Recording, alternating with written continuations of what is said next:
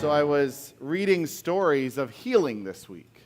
It's amazing how many stories are out there about people who've been healed from these crazy things. And I read this story about a guy named Nick Charalambous.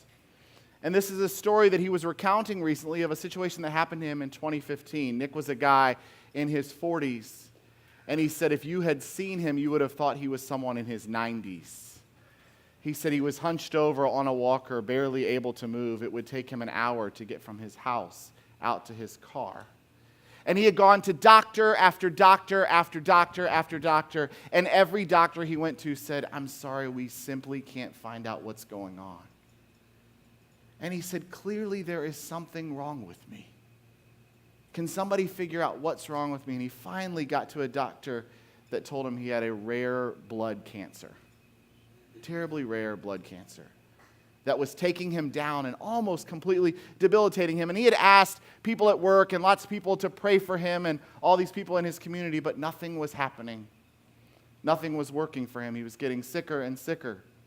So fast forward 2 years as Nick is recounting 2017, and he says it was a completely different situation. He was well.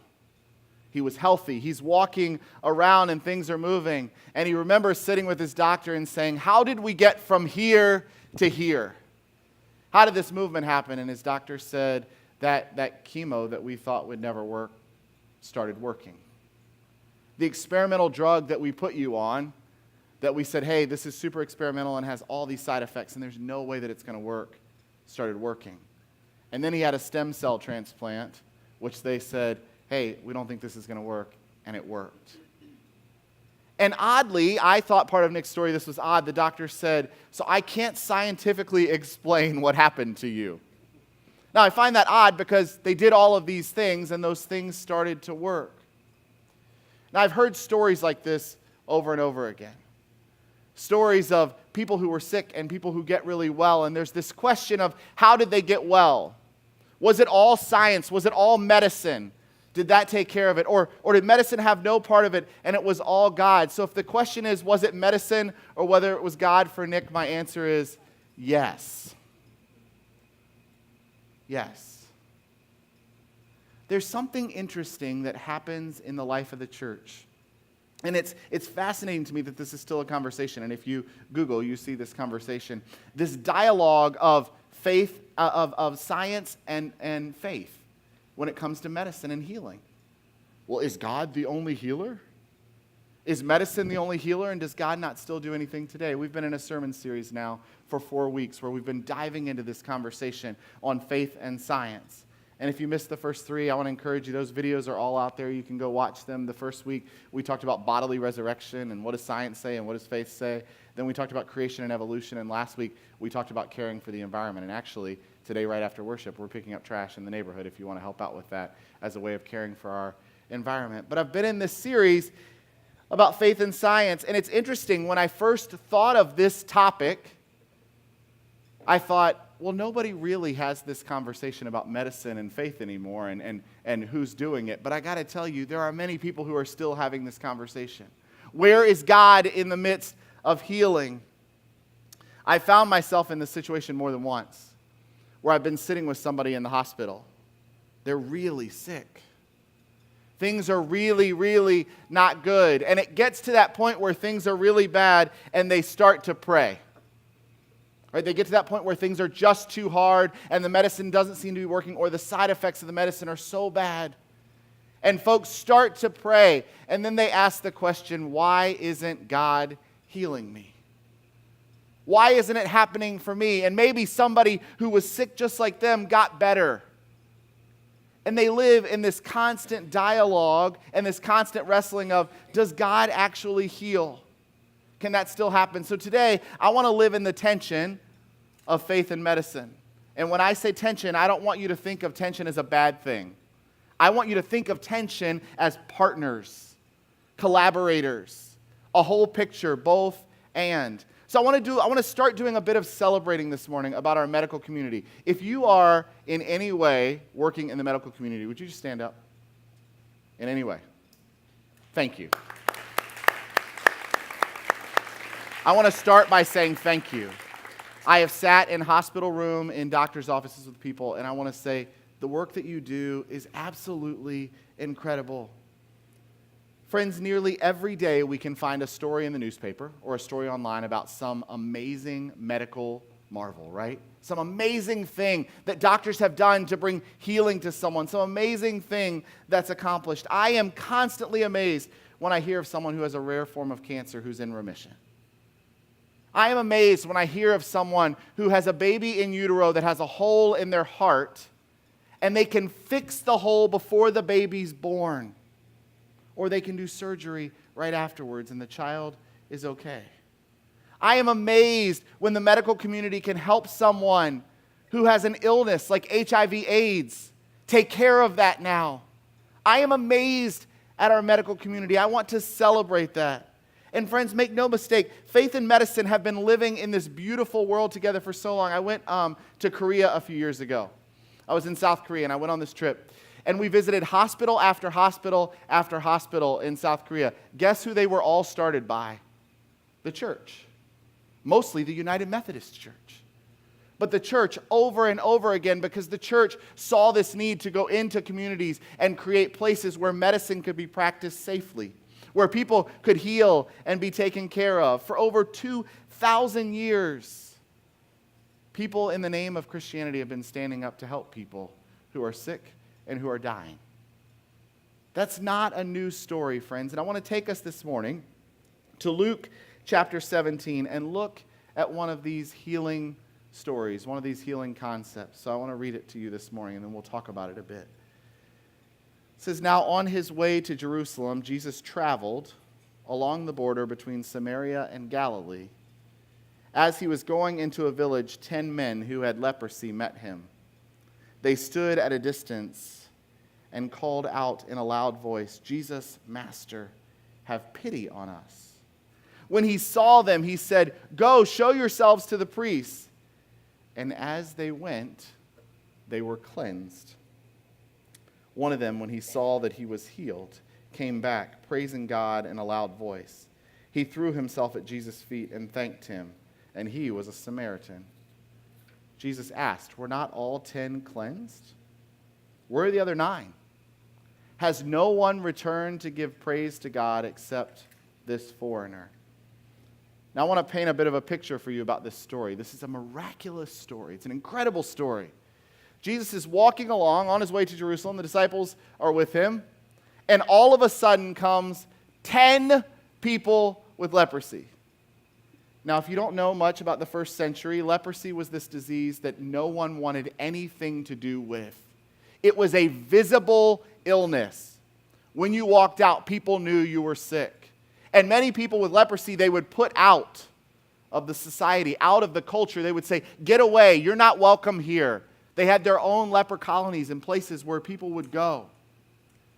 And 10 of them walk up at one time to Jesus and the disciples. Can you imagine the disciples' faces when this is happening? "Oh no, Jesus, we are not touching that. That is not happening." And Jesus comes up and interacts. He interacts and he brings them not only physical healing, which we don't know about right away in the story, but he brings them this emotional healing. Because people who are separated on the outside of society, he goes, "Hey, go see the priest." He's not sending them to the priest because they need all this spiritual healing. He's sending them to the priest because he believes that the priest is a person who will let them walk in and interact with them. So they get to go, and they get to go and interact with somebody potentially. It is only the second person they have interacted with in a long time that might talk back with them. And Jesus engages. He comes and he gives them compassion, and that seems to be part of Jesus' story whenever he is interacting with people who are vulnerable in a society. Gives them compassion, those who are sick, those who are ill. And listen, friends, caring for the sick was not an easy thing. The Greco-Roman world in which Christianity first appeared was cruel and inhumane. The weak and the sick were despised. Children were thrown away if they had any ailment, any illness at all. And sometimes you could be thrown away simply for being a girl baby. But in the first century, the early Christians would go in and they would care for the sick. They would rescue those who were in pain. They embraced the calling that Jesus gave them to step up, to care for the vulnerable. When a plague hit the city of Carthage, pagan households threw the sufferers onto the streets, but the entire Christian community responded. They took the sick and the dying with the plagues into their homes. They cared for them, even at the risk of their own lives. As I said, when babies were thrown out, they would go and grab them and take care of them. In fact, it wasn't until Constantine came along and said that Christianity was okay that they could actually start hospitals. The church could, and could start creating these safe places where medicine could be done. And actually, a few decades after Constantine, Julian comes in. He's the last Roman emperor to try to reinstitute paganism. And he says, the only way this will work is if we get as good as the Christians about taking care of people who are sick. So this whole medicine and faith conversation is a new problem. It's not a problem for the early church. They're going, let's get people to hospitals. Let's get them to doctors where they can be taken care of. Let's get them to a place where all will be well, where people can journey alongside them. Friends, Christians were at the forefront of caring for the poor and vulnerable. That's a calling on our lives. It's something that those who call themselves Christians have to do. Now, when I talk about this conversation on faith and medicine, I wanted to celebrate and say, hey, this is where the church has done it well, and celebrate and say, this is where science has done well. But I also want to talk about something that I think is a challenge in this conversation. In my life group a few weeks ago, we were talking about faith and science, and we were talking about medicine. And the question of ethics came up. How far is too far? How far can we go? When do we get to the point where we're playing God? That was actually the question that was asked. And I think it's a really fair question to say, where do we get from caring to people? Where's the line from caring for people to actually altering people, to changing their life? And I want to share a story that's going on right now, a big challenge that's going on that actually Jennifer Secchi-Shields mentioned in her talk that she did at Poor Theology a few weeks ago. I don't know if you know, but not long ago, medical science discovered how to edit genes. How to actually edit the genetic makeup of someone. And it's through a process, and I am not scientific, so I'm going to dumb it down for me, where these really, really, really small concept fancy scissors can go in and cut genes and separate them and take out the things that shouldn't be there. And while we go, hey, it's called CRISPR, by the way. And while we go, hey, that has some really cool implications, there are also some real challenges that come along with this when it comes to ethics, when it comes to our faith, because it changes the DNA makeup of someone. There's a lot of people who are questioning this right now, especially because of what just happened in China. There's a doctor, and I'm going to say his name terribly, Dr. He Jiankui. He led a team that genetically changed a pair of twins. Now, part of their goal was to go in and remove what's called the CCR5 gene, so that the twins would never be able to contract the HIV virus. It wouldn't be possible for them. But in doing so, what they realized was it genetically altered them. It made them more intelligent. It changed their genetic makeup. And friends, if this is not an ethical challenge for you, I want you to think about how far this could go. What if you have a child that doesn't look the way you want them to look? What if this becomes a wealth-poverty conversation where those who have more funds can do more to increase, and those who have less don't get that medical care? There's things in the church that we have to stand up and have conversations about when it comes to these ethical places. Where does medicine go too far? We have to constantly be asking ourselves, for those of ourselves who call ourselves Christians, we have to constantly be asking ourselves where we go too far ethically and where we play God. And this is a conversation I have with families a lot, y'all, when they're sitting at the deathbed of their loved ones. And they say, at what point are we taking over? Or at what point are we pushing so far? At what point are we being God and not allowing God to be God? And I think it's something that we wrestle with a lot. Now, I want to go back to something, though, because there are some of you who are sitting here this morning, I know you are, because I have been one of these people who say, all right, but I don't believe that God actually does any healing. There's some of you who are sitting here, and I am not saying that in judgment. I am saying I have been that person. and I find myself in that place. But I want to take you back to the end of that scripture one more time that I read earlier, because it also happened in the first century. It says, one of them, when he saw he was healed, came back praising God in a loud voice. He threw himself at Jesus' feet and thanked him, and he was a Samaritan. Jesus asked, were not all 10 cleansed? Where are the other 9? Has no one returned to give praise to God except the foreigner? Only one of them came back to give thanks. Some people read that and say there was actually only one of them that recognized that they were healed by Jesus. There are 9 other explanations out there for what happened to those others. It wasn't God's healing in their life, in their story. I think one of the challenges we have today with the healing of God, friends, is we don't simply recognize the presence of God in the midst of healing. We don't recognize the presence of God even in the midst of medicine, even in the midst of doctors. I don't think these are mutually exclusive realities. I think there is holy in medicine. There is healing in medicine. But here's what's also true, and I want to say this really clearly this morning. Some people are not healed. I have journeyed with person after person. Some of you right now are dealing with a chronic illness, and you're not healed. And you may be asking yourself the question that I have been asked countless times. Why is God not healing me? Why is God not healing my loved one? Why is God not healing my friend? Why, if God is a healer, is God not healing? And I wish, friends, I had some excellent answer for you this morning. I say I don't know. But I will tell you a very brief story. There was a young mom a few years ago. Her husband was dying of cancer. And I was sitting in the hospital with her, and I knew the time was coming. Hospice had said the time was coming. She had 2 kids. And I looked at her, and she had tears in her eyes, and we were sitting there talking, and I said, how are you doing this? That's never a question a pastor should ask, by the way. That's terrible care. But I said, how are you doing this? I don't understand how you're doing this. And she looked at me with tears in her eyes, and she says, Tim, you know, it's funny. God has been here all throughout this situation.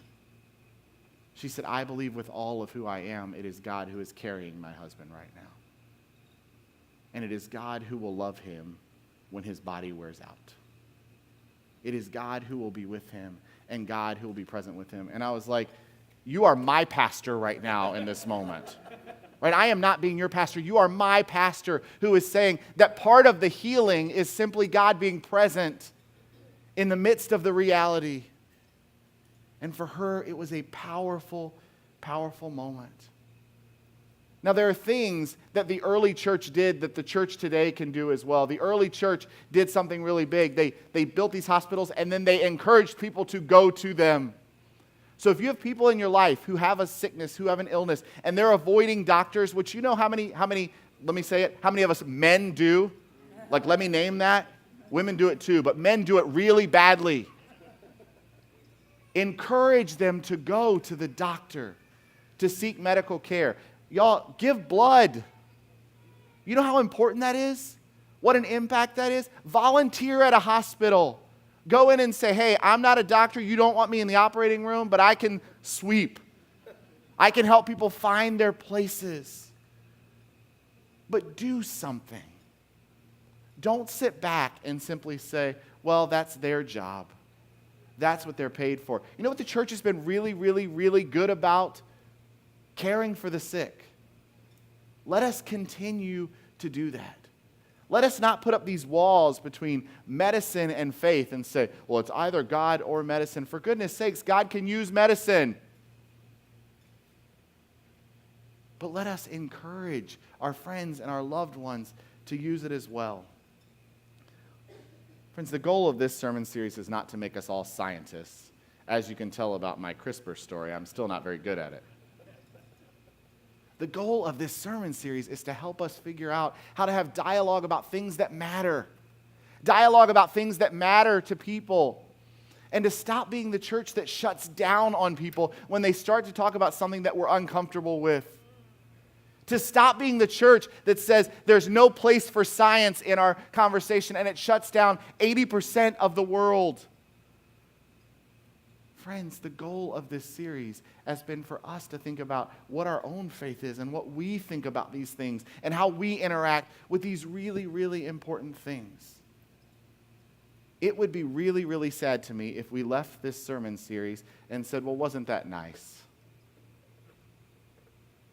Good talk. That's my favorite thing people say when I leave after worship. Good talk.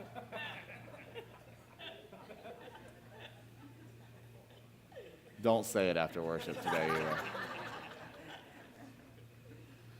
But friends, the reason we do Poor Theology, the reason we have sermon series like this, is to get us thinking, but it's also so that we can have dialogue with other people about things that matter. Because when somebody in your life is really, really sick and their family member is going through cancer treatment and your response is, God will take care of that, that's not helpful to anyone. But if your response is, I truly believe that God is with you and I will walk with you too to journey with you and pray for your doctors and your nurses and all of those who are caring for you, that, friends, is helpful. And I think we're back at a time like the first century church where it'd be really helpful if the church was helpful. So I pray that we are. Let us not take this simply as a nice 4-week sermon series, but let us take it as a time to help us engage others. Because the good news of Jesus Christ is a message that is beautiful to share, and it's much more beautiful to share when people are willing to listen. Amen? Amen. Amen.